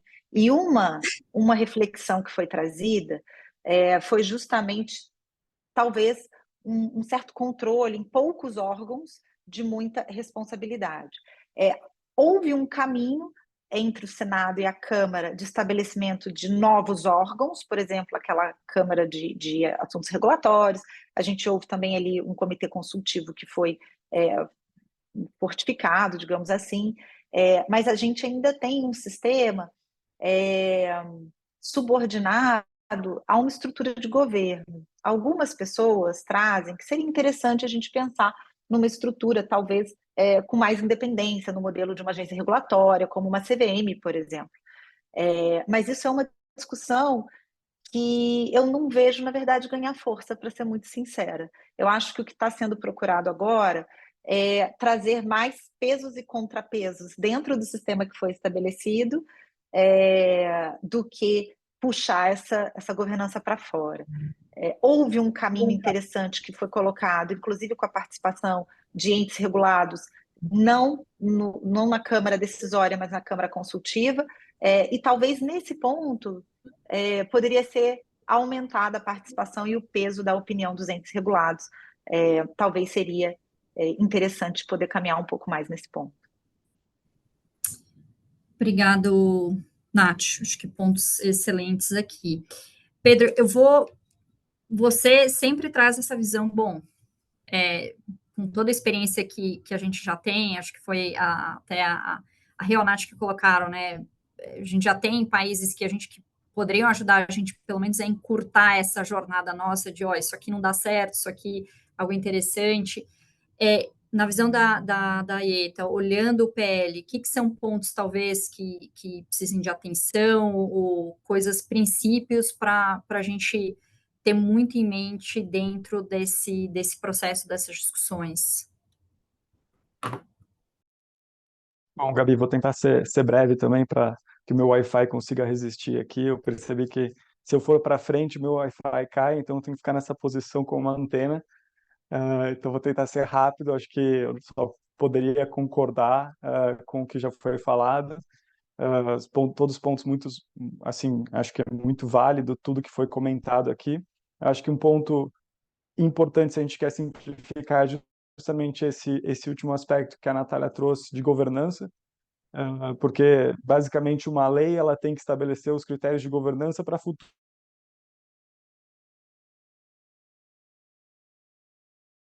do sistema, né? As regulações elas vão vir aderentes a esse processo. Então acho que esse que é um ponto ideal, né? Se a gente fosse pensar numa legislação relacionada ao mercado de carbono, acho que a gente às vezes foca muito no PL, e uma das coisas que talvez a gente pudesse pensar também de forma complementar seria pensar como é que o Brasil está pensando no mercado de carbono para atingir as suas metas, qual que é o papel de mercado de carbono nesse processo todo. A gente sabe que tem outras ferramentas, então assim, isso ia dar clareza para o mercado, começar a direcionar investimentos para as áreas que são mais importantes, e um próprio framework, né? Como é que os diferentes mercados, talvez, eles poderiam se relacionar. Eu acho que tem exemplos de países que não têm uma legislação ainda e já estão se engajando com o artigo 6 porque colocaram um framework muito claro, muito fácil de entender e muito prático, né? E eu acho que esse ponto do artigo 6 também acho que é um aspecto importante, porque, embora a gente tenha a noção de que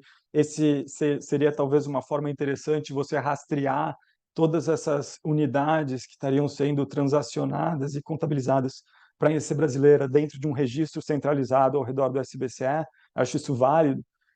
Também um outro aspecto de você trazer todas essas transações para dentro do SBCE é talvez sobrecarregar o próprio sistema. Eu acho que o artigo 6 ele tem aspectos que eles são um pouco diferentes, eles servem a propósitos que são um pouco diferentes dos propósitos que o SBC vai buscar atingir. Então, assim, o próprio artigo 6.2, ele é um artigo muito flexível, que boa parte, né, de como que vai se dar essas transações, ela vai depender de acordos bilaterais, acordos multilaterais, também que envolve o que a parte compradora está interessada em investir e aquilo que o Brasil vai discutir dentro do Itamaraty, dentro dos órgãos também relacionados a essa temática, se faz sentido ou não aceitar esses acordos. Trazer isso para dentro de um mecanismo doméstico, talvez ele acabe criando uma complexidade que é desnecessária para a gente implementar o artigo 6 de uma forma mais eficiente. Mas é claro que há outras formas, não existe uma solução ideal. Eu só estou colocando um ponto aqui que eu acho que é importante ser considerado, porque no final a gente quer poder utilizar todas as ferramentas, né, de uma forma eficiente, no menor prazo possível, para que a gente consiga atingir os nossos compromissos. E acho que o último ponto é a questão relacionada à proibição da venda antecipada de créditos. Eu acho que esse é ou compromisso de venda, né, antecipada, quando a gente está discutindo questões de projetos em áreas jurisdicionais e programas jurisdicionais, né? Eu acho que esse é um limitador para o desenvolvimento de projetos, é um limitador para o desenvolvimento dos próprios programas jurisdicionais, porque eles vão precisar de recursos para serem implementados, e você poder assumir compromissos previamente é uma forma de você escalonar esses programas e essas ações climáticas. Então, eu acho que isso é um ponto muito importante que deve ser melhor discutido no Senado e talvez até pensar em outras formas, né? Em vez de você escolher sair, né, daquele programa jurisdicional, você talvez escolher participar do programa jurisdicional. Então, isso talvez fosse uma inversão na lógica que facilitaria talvez essa questão da possibilidade da venda antecipada. Então, uma vez que você decide participar, você vai ter que seguir as regras daquele programa, porque fazem sentido para você, enfim. E aí, acho que facilita esse processo. Mas essas eram as minhas considerações e estou aberto para perguntas também. Obrigado. Obrigada, Pedro. Eu vou mudar aqui, talvez, e deixando aberto, claro, se tiver pontos aqui de melhoria para a PL, mas veio uma pergunta sobre precificação. E uma das coisas que a gente sempre coloca, até o estudo que a gente fez em parceria com a Wave, fala justamente isso. É uma ferramenta que é transitória, ela vai precisar ter um impacto econômico. A gente não pode esquecer que o objetivo dela, no final da linha, é ajudar na descarbonização. Então, tem metas de quanto o crédito de carbono deveria custar para que essa lógica seja aplicada, enfim. E sempre tem uma grande ansiedade também de, bom, crédito de carbono, o preço está subindo, não está? Os europeus chegaram a 100 euros, assim, o que vocês têm vindo? O Felipe ontem deixou muito claro isso, né? A gente viu recentemente uma queda, isso é uma tendência. Como vocês têm visto isso do ponto de vista de mercado? Posso? Essa questão... Manda bala, Pedro. Manda bala, Pedro. Não, vai lá. Eu acho melhor você falar do que eu, porque precificação não é muito a minha área. Não, valeu. Eu acho que, Gabi, é só a gente entender também que isso é uma outra... É um mal entendimento, assim, há um mal entendimento muito comum também na forma que esses dois instrumentos funcionam, né? Então, por isso que eu frisei no começo, assim, a meta é muito importante porque ela define demanda e demanda define preço, né? Então, assim, é importante a gente entender. Então, assim, qual que é a premissa, na verdade, se você for pensar, só uma perspectiva teoria econômica, tá? Assim, o mercado, ele vai definir preço exatamente por volume, por quantidade, tá? Então, qual que é a premissa dessa modelagem? A premissa dessa modelagem, do outro lado, é quanto que custa para atingir aquela redução, né? Então, existe um outro trabalho muito importante, fundamental, feito pelo Ministério de Ciência e Tecnologia, né? É uma publicação chamada Opções de Mitigação, que é exatamente um estudo que avalia quais são as tecnologias disponíveis para os setores, né, que provavelmente farão parte do mercado e quanto que custa para esses setores reduzirem as suas emissões, né, que é simples assim. Quando a gente faz esse trabalho, né, que a gente define, por exemplo, o preço implícito de carbono para uma empresa, A gente está construindo exatamente essa curva de custo para um negócio. Então, se eu entro, a gente entra dentro de uma siderurgia e a gente fala para a siderurgia, olha, para você reduzir 30% vai custar tanto. Né? Então, assim, o mercado nada mais é do que, dentro dessa cesta, desse conjunto de agentes que participam do mercado, né, uma oportunidade de buscar essas reduções de emissões mais baratas. Por isso que existe essa fala toda que o mercado é a forma mais custo-efetiva de reduzir emissões, que é um monte de gente diferente, um monte de agente diferente, né, trabalhando junto, transacionando para buscar o quê? A redução mais barata. Essa que é a lógica do mercado. Então, para a gente ter uma ideia de preço e mercado, enfim, precisamos ter clareza de demanda. E para a gente ter clareza de demanda, a gente precisa entender como é que essa meta vai ser desenhada e como é que essa meta vai ser alocada, né? O que é o plano de alocação, gente? É a distribuição da meta entre os agentes regulados, né? Qual que é a minha parte dessa responsabilidade? Qual que é a parte do Celso? Qual que é a parte da Renata? Qual que é a parte do Pedro? Qual que é a parte da Natália? Aí, dentro dos custos de redução, dos custos de abatimento de cada um, a gente consegue mais ou menos ter uma ideia, tá? Então, isso quando a gente fala de mercado regulado. A dinâmica no voluntário é muito diferente. Aí eu vou até deixar o Celso falar mais. Assim, a Mercúrio é um trader internacional, né? Conhece muito. Mas, assim, essa perspectiva de demanda e de oferta, e no voluntário, Gabi, existe uma percepção de valor, né? Uma percepção de integridade. Então, obviamente, todo projeto também ele tem um custo intrínseco. Existe um custo de desenvolvimento, existe um custo de monitoramento, existe o custo do processo, né? Os projetos passam por auditorias, existem taxas de registro, a gente tem advogado para garantir compliance, tem todo um custo associado ali para a gente poder monitorar e emitir esses créditos. Mas então a percepção de quem está comprando do outro lado, né? E, de novo, também tem essa questão de oferta. O Biomas está aqui, né? Por exemplo, atuando muito forte para trazer para o mercado uma oferta de créditos de remoção que a gente sabe que não existe hoje. Então, quem está procurando esses créditos, por exemplo, está disposto a pagar um pouco mais hoje, porque não tem, né? Então, quem tem acaba conseguindo cobrar um pouco mais caro. Então, realmente, o voluntário, a gente viu uma alteração muito forte, vou deixar o Celso dar mais detalhes, e é difícil, no meu ponto de vista, até prever. Essa preocupação com a integridade, ela vem muito forte. Eu acho que enquanto isso não for resolvido e o mercado voltar a ter mais uma percepção maior de segurança, né, dentro de algumas tecnologias, algumas tipologias de mercado, eu não vejo, algumas tipologias de projetos, desculpa, eu não vejo o preço retomando assim, muito rapidamente no curto prazo, não. Acho que minha visão é que esse patamar se mantém aí por um tempinho. Celso. Acho que o Henrique já fez minha vida muito mais fácil aqui, já tocou nos principais pontos. Acho que a dinâmica de formação de preço é algo bastante interessante, né, para um mercado jovem como o mercado de carbono. Né? A gente acompanha diariamente, nós preocupamos com os mercados regulados e também no voluntário, a gente vê alguns fenômenos interessantes acontecendo. É claro que o fenômeno principal e sempre vai ser o que o Henrique já falou, oferta e demanda. Esse é o principal formador de preço de qualquer produto, qualquer commodity que existe. Mas na medida que você começa a amadurecer o mercado, você começa a gerar percepções de qualidade, de posicionamento de produto, de características que levam, né, a ter alterações de preço. Por exemplo, no voluntário, qual é o custo do risco reputacional? Vamos perguntar de uma outra forma. Qual é o custo do risco reputacional para uma grande multinacional que está listada numa grande bolsa e atua no mundo inteiro e está nos holofotes de ONGs e de grandes agências de rating e coisas do tipo? É enorme. Então, qual a chance dela pagar mais caro em um produto que vai dar a ela, vai mitigar o risco de qualquer exposição que vá trazer algum tipo de prejuízo nas ações, algum tipo de prejuízo reputacional? Então, essa empresa, esse consumidor, ele valoriza isso, ele paga por isso. Da mesma forma, qual é o risco reputacional de uma empresa menor, né, que quer offsetar suas emissões, porém não está exposta da mesma forma que essa grande multinacional? Então, o risco reputacional dela é mitigado, é menor. Então, ela naturalmente vai procurar opções com preço menor.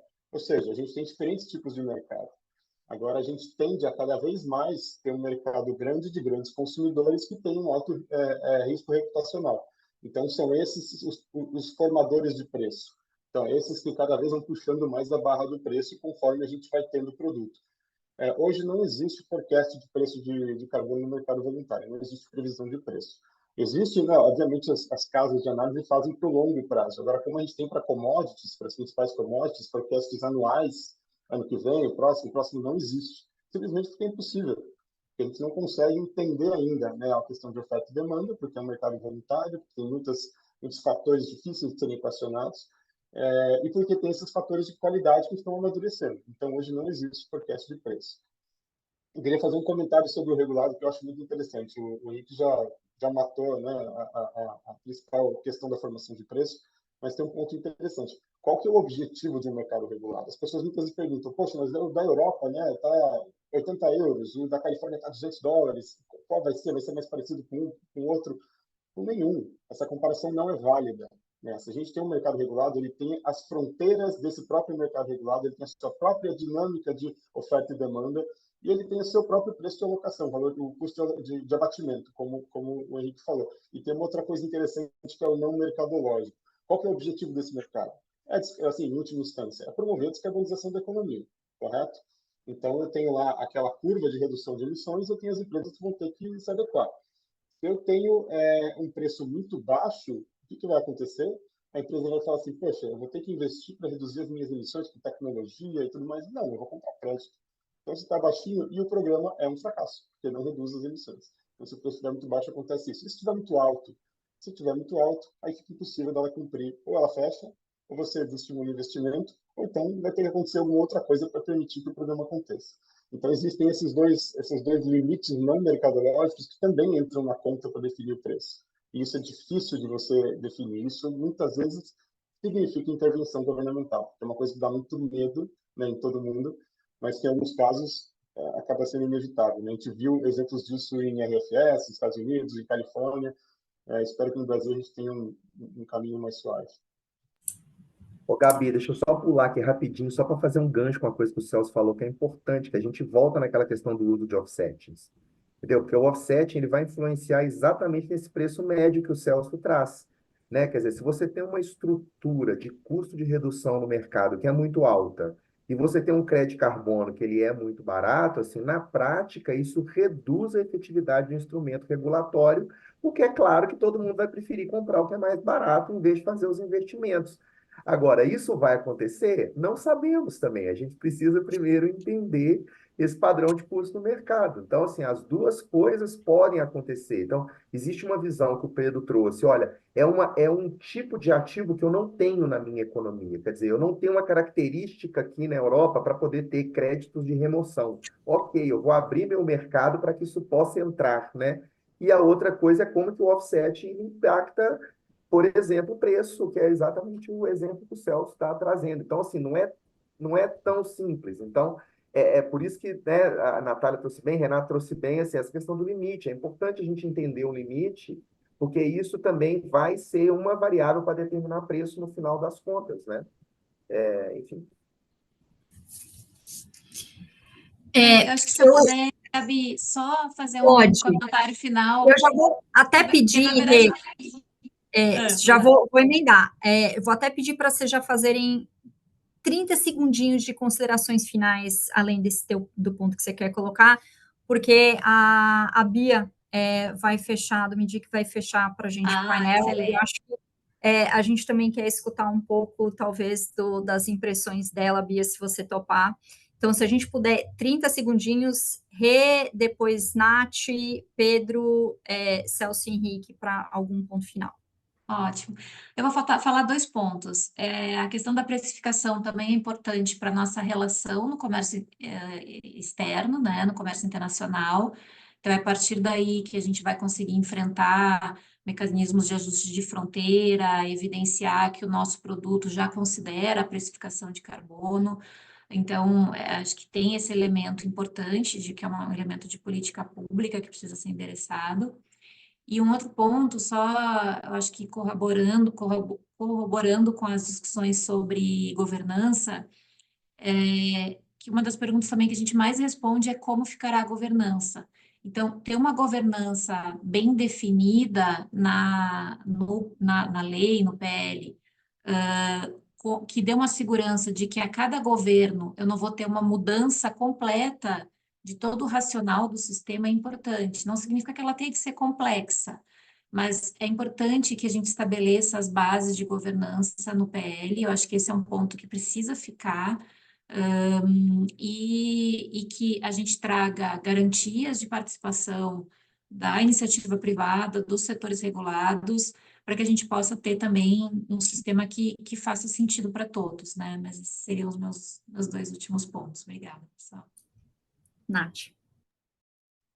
Eu queria destacar que o mercado voluntário regulado, eles têm objetivos distintos, públicos distintos, um não é melhor que o outro, e talvez quando as pessoas comecem a conversar, fique talvez uma sombra no mercado voluntário como um mercado menos íntegro, e não é isso. Então, dentro até dessa crise que a gente teve de questionamento no ano passado, se a gente olha os dados, né, houve uma queda de investimento em novos projetos, justamente porque os desenvolvedores estavam aguardando o que ia acontecer, mas o consumo desses créditos se manteve. Então, a importância dele, ela é inegável. E quando a gente olha nessa perspectiva futura, de demanda, até que foi trazida aqui, que tem ligação com preço, os compromissos hoje, os compromissos corporativos hoje, eles já são tão maiores do que a nossa capacidade de entregar esse crédito, e a tendência desses compromissos é de crescimento com a entrada de mais indústrias, que nos leva a entender que o mercado voluntário é um mercado não executado, ou seja, enquanto o mercado regulado, a gente já vê alguns instalados e a gente tem um indicativo de preço, o mercado voluntário, isso não está claro porque ele não foi completamente ainda desenvolvido. Então, vamos guardar essa informação de que ambos são importantes, um já conseguiu ser mais executado que o outro, mas que ambos têm o seu papel e sua importância dentro de um ecossistema de mercados, como ferramenta de financiamento e mitigação de emissões. Obrigada. Eu acho esse um ponto importantíssimo, Nath, porque às vezes se coloca ou é um ou é outro, e na verdade ambos têm o seu papel, ambos vão ter o seu público, e um pode potencializar o outro. Eu acho que essa é a ideia. Pedro, últimas ponderações. Bom, bem rapidamente, 2 pontos. Um relacionado a essa questão de preço que o Henrique e o Celso estavam colocando e que a Renata também trouxe. Acho que essa questão, por exemplo, do CBAM na Europa é um ponto muito importante, porque a gente pode ter até uma situação que é engraçada, né, em que, eventualmente, um produto seja mais verde no Brasil e pagou um preço de carbono mais barato, e por isso tem que pagar na fronteira, na Europa, um preço adicional, porque o preço na Europa é mais caro, e que é um tipo de legislação em que está incidindo basicamente em relação ao preço de carbono. Então, acaba criando uma distorção de mercado que a gente não quer ver isso se replicando em vários países e diminuindo o comércio internacional. Então, acho que esse é um ponto que é importante ir além, né, da discussão também internacionalmente. E o outro ponto que está relacionado também a essa questão de tentar promover mais mercados internacionais, que eles sejam justos, que eles sejam consistentes, né, entre as fronteiras, em relação à própria legislação brasileira. Você tem alguns aspectos que eles acabam sendo até mais robustos do que outros países, e por isso a geração de crédito de carbono ela acaba não tendo, né, a mesma situação que em outros países. E a gente tem que discutir mais essa diferença entre legislações, que são basicamente o pano de fundo, né, para você gerar crédito de carbono. Como é que isso é atacado dentro de um comércio global de carbono, para que a gente tenha consistência entre países e que a gente não esteja perseguindo políticas que vão na direção errada, né, políticas menos robustas, né? Mas acho que esses são os 2 pontos que eu queria trazer aqui no final. Celso? Vamos lá. Bom, eu acho que como último ponto, para finalizar, eu vou pedir licença e emprestar um ponto que o Pedro trouxe na sua fala anterior, que eu acho muito importante, que é sobre a proibição da venda futura de créditos. O que significa, de forma bastante fria, essa proibição da venda de créditos? Significa impedir recursos internacionais vindo para o Brasil e impedir que projetos transformadores aconteçam. Nada além disso. Nada além disso. Por quê? Porque o que é essa compra futura, esse pré-pagamento? É capital de risco. É capital que está sendo colocado para viabilizar alguma coisa. Isso acontece em commodities agrícolas. Eu compro a sua soja antes que você sequer produzir, aí com esse recurso você vai produzir, vai me entregar depois. Eu assumo parte do risco de performance, de entrega. Então, é assim, a forma mais natural e aliada ao mercado de você viabilizar algo transformador utilizando um capital de risco de alguém que está disposto a correr aquele risco com você. Então, essa proibição nada mais é do que isso. Evitar capital internacional de risco de vir para o Brasil e evitar projetos transformadores de acontecer. E por que isso... qual que eu acho que é a preocupação por trás disso? Poxa, se eu permitir, eu vou estar permitindo que uma jurisdição, ou até um projeto privado que seja, não sei, venda um crédito que no futuro não vai ser dele. Mais uma vez, isso não vai acontecer. Porque o que eu estou pré-pagando, o que eu estou investindo antes, não está vinculado a uma moeda, a uma tonelada específica, mas assim é um volume, ou muitas vezes nem um volume. E esse crédito, que é de alguém que no futuro pode pleitear, ele vai ser descontado na fonte. Então, isso nunca vai acontecer. Então, essa proibição de venda futura, ela só traz prejuízo para o nosso mercado e para a descarbonização e para a proteção das florestas, de uma forma bem objetiva. Obrigada, Celso. Henrique? Então, Gabi, é só para o recado, né, do meu ponto de vista, assim, precisamos ter essa legislação rápido, já está demorando de novo, né, de repente o negócio deu um salto, e aí o negócio já está de novo se arrastando, é importante.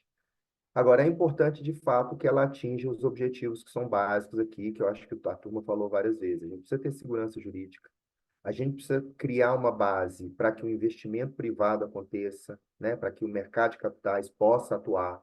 Né? O Celso acabou de trazer, assim, é importante a gente ter lastro, a gente ter transações futuras, a gente poder usar esse mecanismo para financiar a inovação, para fazer com que coisas diferentes aconteçam, né? E é fundamental, principalmente, que, sob uma perspectiva do setor privado brasileiro, que exista clareza sobre as necessidades de investimento e as necessidades de transformação, de transição, né? Que é o objetivo, que é o que um instrumento precisa fomentar. Então, assim, a gente precisa ter um mercado operacional rápido, a gente precisa ter um bom mercado operacional, né? Acho que esse é o ponto também. E acho que, assim, o recado, né, para voltar ao começo, assim, está muito complexo, a gente está, assim, a PL está querendo abraçar o mundo e a gente está deixando, talvez, a oportunidade de ter uma boa legislação que cria essas bases, que dão segurança jurídica, segurança de investimento e clareza da transição necessária do setor privado escorregar entre os dedos, tá? Então, eu queria terminar mesmo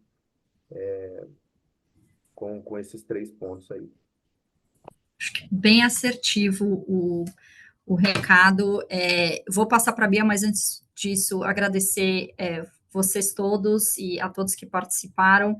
Acho que o objetivo era justamente a gente poder trazer para o MIDIC o máximo de insumos e pontos de vista e pontos a serem considerados possível. Realmente fazer um elogio à Bia, que é coordenadora geral de Finanças Verdes do MIDIC, ao Paulo, ao Gabriel, uma equipe extremamente dedicada justamente nesse objetivo, Henrique, de qual é uma estrutura de mercado regulado que efetivamente vai alcançar o objetivo que queremos com o mercado e como país, e tem trabalhado incansavelmente. Esse é uma parte pequena do que a gente tem feito com eles, e é um trabalho árduo, mas a gente vê uma dedicação incrível da equipe da Bia e todos por lá. Bia.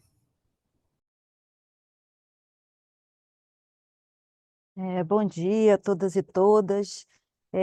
Meu objetivo aqui, eu também vou tentar ser bem breve, é agradecer também todo mundo, especialmente em nome do secretário Rodrigo Hollenberg, agradecer o apoio do governo britânico para a implementação desse projeto, agradecer a parceria que está sendo maravilhosa com o pessoal da Way Cargo e da ICC. Nós temos reuniões a cada 15 dias, são reuniões ótimas, e para implementar um projeto que é bem maior, né, do que, assim, esse workshop é uma atividade do projeto.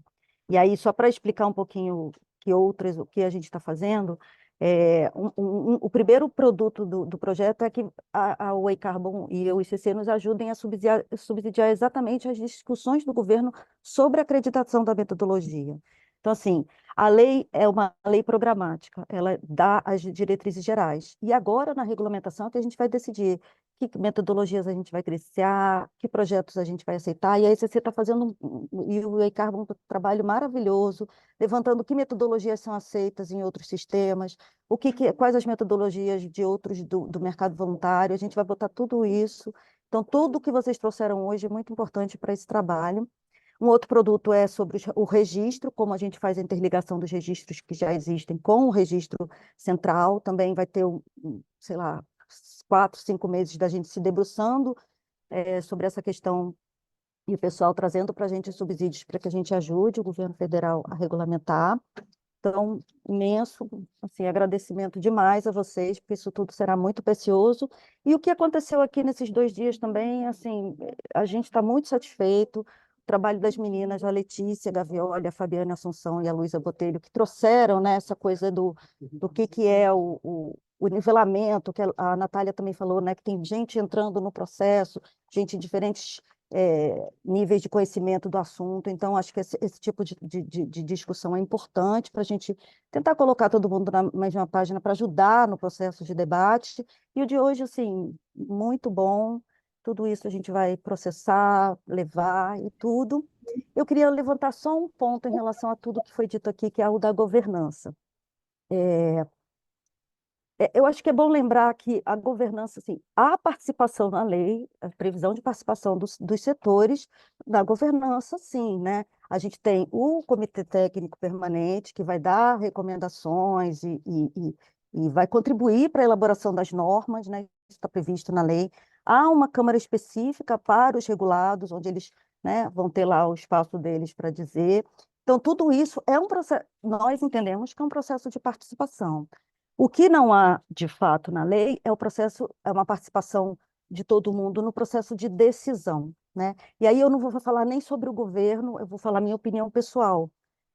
A gente desconhece outro sistema no mundo que tem participação de todo mundo do país ou de todos os interessados no processo de decisão, porque acontece que o processo de decisão acaba sendo um processo de consenso de conflitos de interesses, né? E aí fica complicado, talvez inviabilizasse até colocar todo mundo lá, porque cada setor vai ter um interesse e vai puxar a sardinha para o seu lado. Mas não vou levantar essa discussão aqui, não é para debate, é mais uma opinião pessoal minha. De novo, não estou falando em nome do governo nesse momento, mas é só para deixar claro que, às vezes, assim, dizer que não há participação não condiz com o que está na lei. Há participação, todos podem falar, mas na hora da decisão realmente há uma restrição para a decisão de um governo que foi eleito, né? Seja lá quem for. Esse é um ponto também, né? É sempre um governo eleito e talvez caiba ter participação, né, de fora do governo para a gente também, né, pesos e contrapesos. Então, acho que essa discussão é válida, acho muito bom a gente levantar o ponto e vamos ver o que acontece no final das discussões. Mas de tudo, desculpa, eu falei que ia ser breve, mas acabo sempre falando muito, né, Gabi? Imagina, amiga. Agradecer demais, demais, assim, para a gente está super satisfeito, é isso que a gente queria, muito bom escutar tudo isso, e agora é a gente processar e dar resposta, e outras atividades, né, dentro do projeto, há a ideia de um boletim informativo do que a gente está fazendo, então a ideia é essa, a gente quer debate mesmo, conversar, para que o que saia no final seja uma regulamentação que seja a melhor possível para o país. Então, é isso, muito grata, gente. Obrigada mesmo.